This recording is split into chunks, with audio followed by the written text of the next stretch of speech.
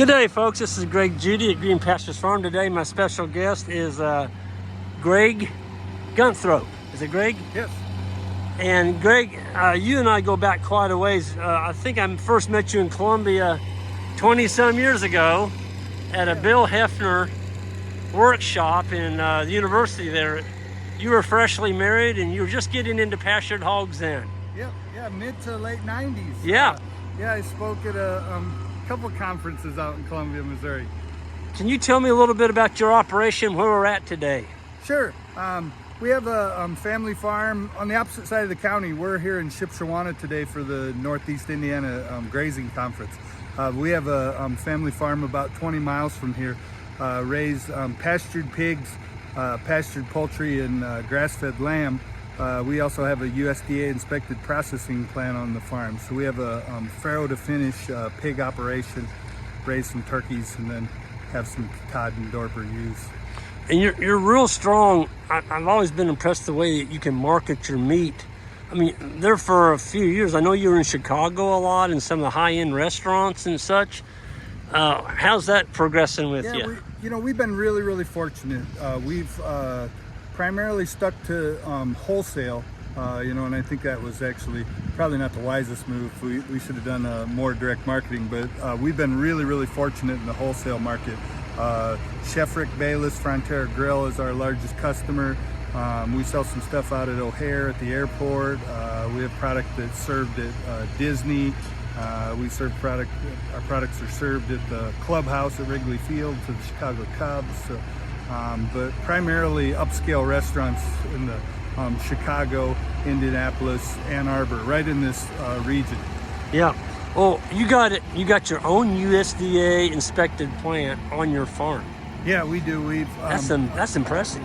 It took me 14 months from the time we filled out the grant of inspection paperwork to get USDA to even come out to the farm. But here next month, March, it'll be 20 years that we've had a USDA inspected plant on the farm. I'm just about stubborn enough to told USDA we're going to do this regardless, and finally they believe me.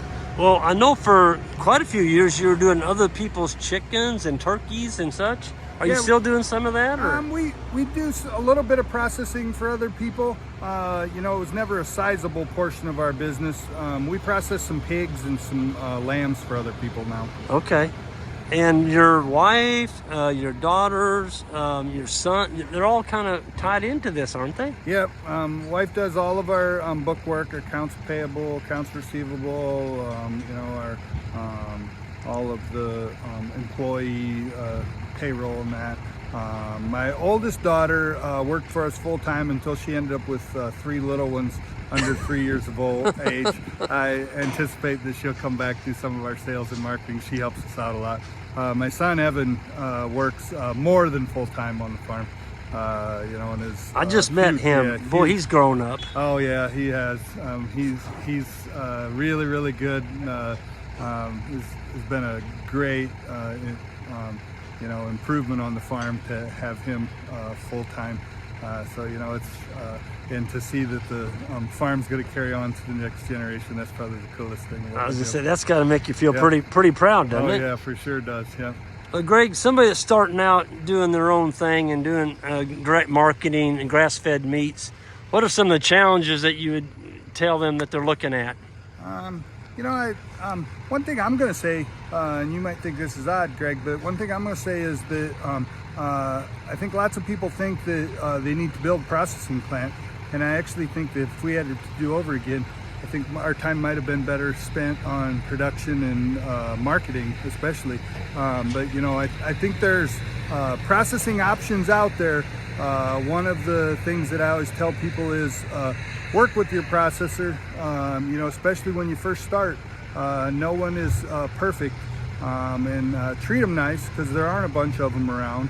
But by and large, try to produce the best, most nutrient-dense product you can possibly, and don't be afraid to tell the world that that's what you're doing.